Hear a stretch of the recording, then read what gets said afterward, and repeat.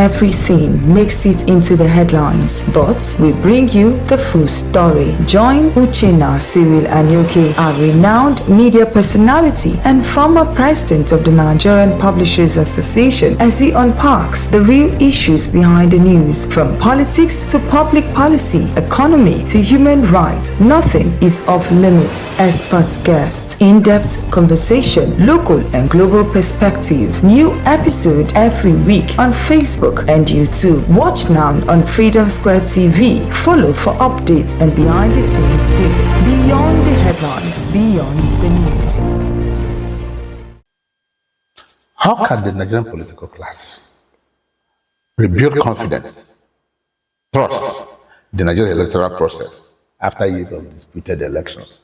Because believe it or not, these victories you've mentioned, whether it is Jonathan, whatever, and others, have all been disputed elections. And so an average Nigerian is almost not too keen. Our votes do not count. It does not matter. So how can various political parties, not just your PDP, you're not talking to Nigerians, how can they rebuild trust and confidence? Or make electoral people want to go out, register, and vote? I think the major thing here is that our politics needs hygiene at the moment. Our politics needs to be rejigged. We need to retool our politics. Our politics, has been bastardized, maligned, and totally, vitiated by the inclusion of certain factors that ought not to be. Corruption is basically number one. We live in a corrupt society that oftentimes actually, fails to punish offenders. And people get away from such injustices and swindle the common, wealth of the masses. We live in a society where ethnic chauvinism and religious bigotry had combined to eat deep into the fabrics of the nation. And a lot of decisions are taken coming from the whims of such imagination.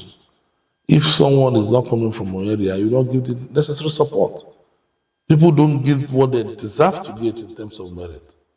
So what governs our sharing mentality is the idea of, ethnic profiling and identity politics. It's most unfortunate. Worse still, we have not taken proper, firm decisions in terms of trying to retool our leadership recruitment process. When you still have the presidency, trying to sponsor and even pick whoever leads the INEC, it becomes worrisome. We need to be factual about all these issues. We need a system where the INEC will indeed, just like the nomenclature sounds, the main leadership recruitment process. The leadership recruitment institution actually is the INEC. They need to wake up. It's a wake-up call. It's a clarion call for them. We keep on making false starts, making mistakes, claiming errors here and there.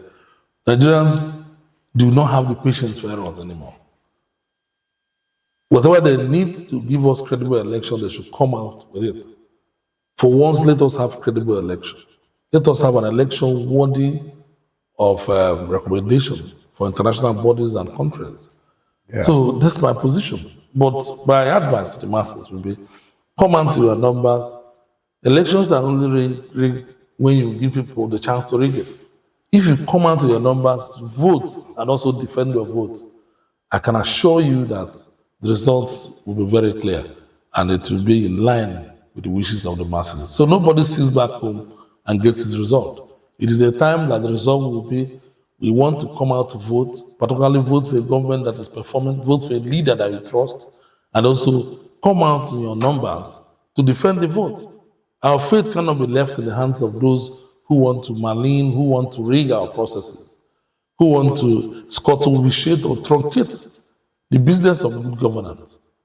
It is now time to go beyond the facets of just mere, voting and make sure that you vote, you defend, and you make sure that the result is, that's what they call consensus rigging, as a matter of fact. It is when people, in their own ignorance, acquiesce to, all manner of manipulations. And when you are quizzed, it will be as if you have yielded to their theatricals, yielded to their goals, yielded to their gimmicks. So this time, people should not yield to any kind of brigandage of any kind, of any sort. Make sure you come out in your numbers, do the business of the voting, protect it, and the result will be better for all of us.